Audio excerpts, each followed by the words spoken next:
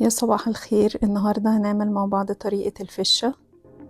هنجيب بولة فيها مية ونحط فيها خل وملح وننزل بالفشة ننقعها ونسيبها شوية.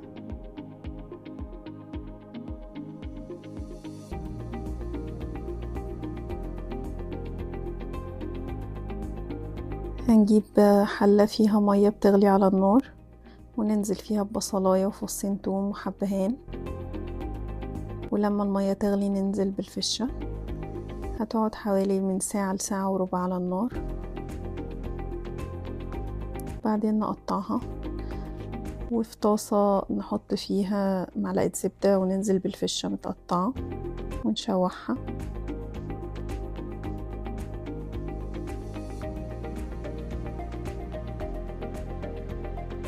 نحط فصين توم ومعاهم فلفل رومي وشوية ملح وفلفل، بهارات حسب الرغبة، وألف هنا.